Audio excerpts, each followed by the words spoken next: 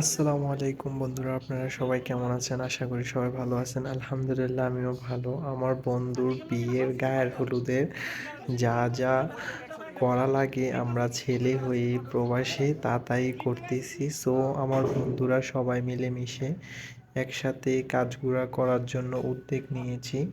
তো পুরো ভিডিওটা দেখতে থাকেন, ভালো লাগলে শেয়ার করবেন এবং কি কমেন্ট করে আপনার মন্তব্যটা একটু জানিয়ে যাবেন।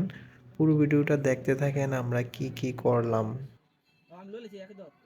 আমার দুষ্টু একটা বন্ধু আছে, তো ও বলতেছে মালটা দিয়ে নাকি কি সুন্দর পুতুল বানানো যায়।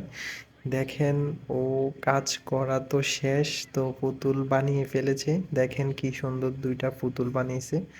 তো আমরা সবাই এখন একে একে করে এক একজনে এক একজনের কাজে বিজি।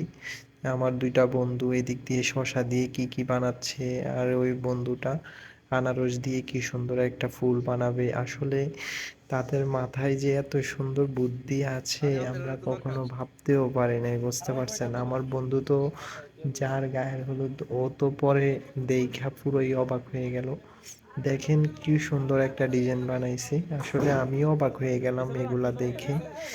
আপনাদের থেকে কেমন লাগছে নিশ্চয়ই পুরো ভিডিওটা শেষ পর্যন্ত দেখে মূল্যবান মতামতটা একটু জানিয়ে যাবেন।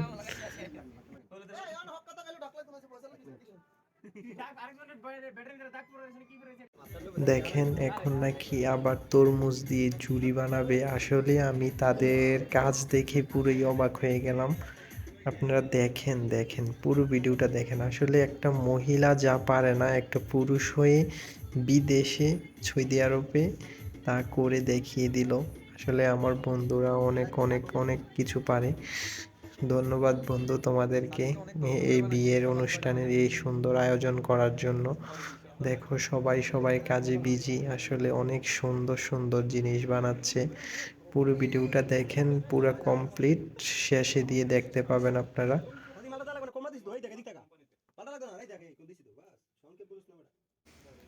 দেখেন শেষটা কি সুন্দর হয়েছে। আসলে ডিজাইনগুলা কেমন হয়েছে নিশ্চয়ই আমার প্রাণপ্রিয় বন্ধুরা একটু আপনাদের মতামতটা জানিয়ে যাবেন প্লিজ, কারণ আমার থেকে এগুলা খুব সুন্দর লাগতেছে। আপনাদের থেকে কেমন লেগেছে নিশ্চয়ই আপনারা একটু কমেন্ট করে জানাবেন। আসলে অসাধারণ একটা ডিজাইন হয়েছে, তাই না ভাই?